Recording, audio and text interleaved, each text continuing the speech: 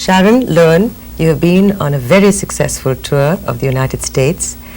You've been to 8 states and very many different cities, and I understand that most of the organizers have been, in fact, American organizations. Yes, that's correct. And a lot of the institutions, and in fact a lot of the events, were part of the Festival of India. Yes, it was. It's been a wonderful tour, and it was interesting that I was able to bring the Odissi dance to a really broad spectrum of Americans. There were not only performances, but also a number of lecture demonstrations and a residency at some universities. And also we did some school programs included in it. But the sponsors that I had arranged the programs through were all Americans, universities, art institutions, arts councils. And it was, we had a great many Indians, probably 25 or 30% of the audiences were Indians, but it was a quite large American audience. Why don't you cut that? Why don't I say it over again? That was terrible. That's all right. Keep going. I'll keep going. Let me say it over again. The tour, there were 21 concerts, a number of lecture demonstrations, as well as some school programs. And because the sponsors that I had contacted were largely American organizations, either universities or in some cases museums, we had a great many Americans seeing Odissi dance, many of them for the first time. The Indians in the communities were delighted to come, but not having gone through the India associations, we were able to reach the American community. Tell me, what drew you to Odissi? Because as I understand, you had come to India in 1973 and you started with Manipuri. Yes, that's right. I had studied Manipuri while I was at the University of Michigan. I had studied with Minati Roy, who had grown up in Shantiniketan, and after I finished my master's degree in Western dance, I came to India on a Fulbright to study Manipuri. And while I was there, I saw as much dance, of course, dance classes, performances as possible. And after seeing Kelu Babu's classes at Triveni Kala Sangam in '74, I took permission the following year to take his workshop. At that time, my intention was only to have an idea of the style. But once I started with him, then I couldn't stop. And since then, in fact, you spend a lot of your time in Orissa. I spend time in Orissa. I've usually been based in Delhi, and then of course Guruji travels a great deal.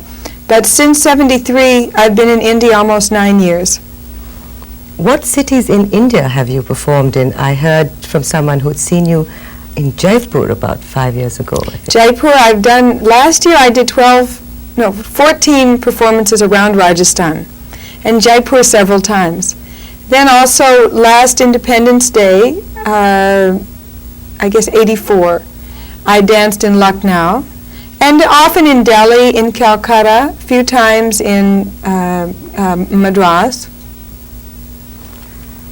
What do you feel this time coming back to your country, an ambassador, as we put it, of Indian culture? How does that make you feel? Tell us. I enjoy that. I think that the time I've spent in India in many ways makes me appreciate the United States. And when I'm in either country, I'm a defender of the other. So since I live in both, I'm an ambassador both ways. It's a pleasure to show people that you don't have to be from a culture to understand and participate. I think one of the points of this Festival of India in the U.S. and in India is not only to share the cultures, but to see that one can really enjoy them, really appreciate them, and not view them as alien. As far I'd been thinking about the Bhakti tradition and the fact that a lot of people think that these are religious dances, which mean that only somebody who is Hindu or can understand the religious tradition would be able to dance them. What do you feel when you describe Krishna and Radha? It's a good point. I think that one has to have the feeling. You have to experience the rasa. You have to have the bhakti. But how you define it is the difference. when I think that I've become much more involved in the feeling, the spirituality, but I recognize the universality of that feeling, and that there is the same God with many faces, many names, and I feel perfectly comfortable offering my bhakti to Krishna or to Jagannath, or my background is Jewish and the God has no name, but they're all the same. In fact, the Jewish calendar, if I'm not mistaken, also follows a lunar cycle. Yes, that's correct.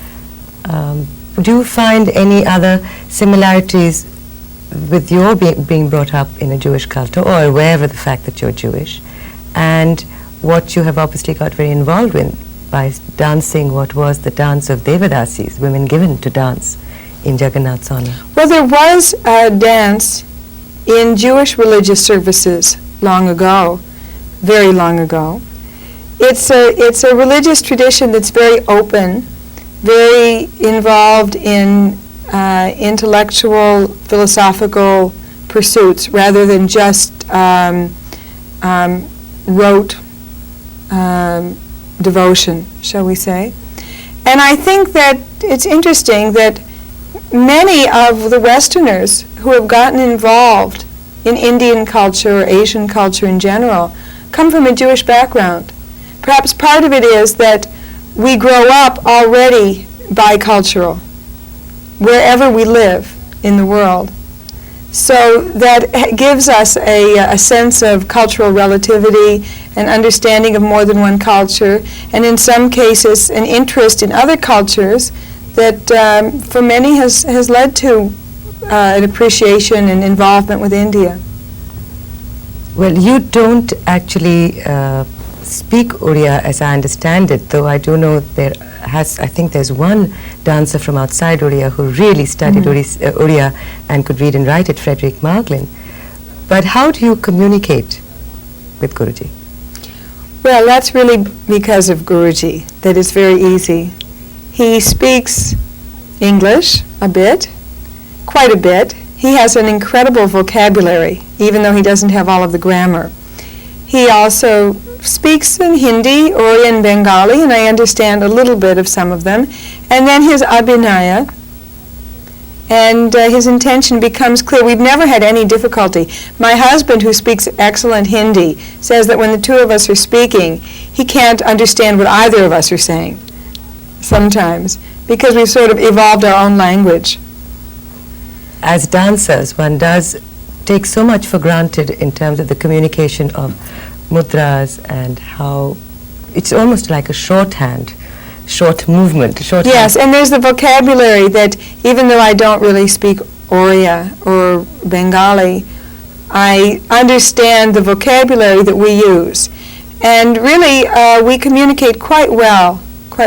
Occasionally, when we're getting into certain nuances of various interpretations of the Sanskrit from Git Govind or something, we'll call someone in for a little bit of extra interpretation. But we don't need that very often. But you do work apart. I know that Guruji gives master classes and workshops because he has so many people who want to study with him, and he is really very busy. But do you have private class with him? And also, to what extent are the dances that you do choreographed particularly for you? The dances that I've been doing so far in the Odissi tradition have all been previously choreographed. I'm hoping someday that Guruji will be able to perhaps choreograph a piece that I could learn fresh. But some pieces he's taught when they're part of a workshop, and occasionally I've learned a piece myself, or perhaps there's one other dancer who wants to learn that particular piece, and he really decides what pieces particular students should learn. But once you've learned a piece from him, in other dance styles like Kathak, for example, there is a lot of conscious improvisation. The audience is aware, for instance, that rhythms are being improvised. Bala Saraswati in Bharatanatyam used to improvise her mime, And there is something so fresh, particularly in Guruji's great students like Sanyukta and your performance, that one feels as if it's coming from inside. To what extent do you think there is a certain amount of improvisation? There is. When Guruji's teaching a workshop and you have 15 girls, you do have to be specific about whether you're taking 3 steps or 1 step to the right. Otherwise, everyone will bump into each other.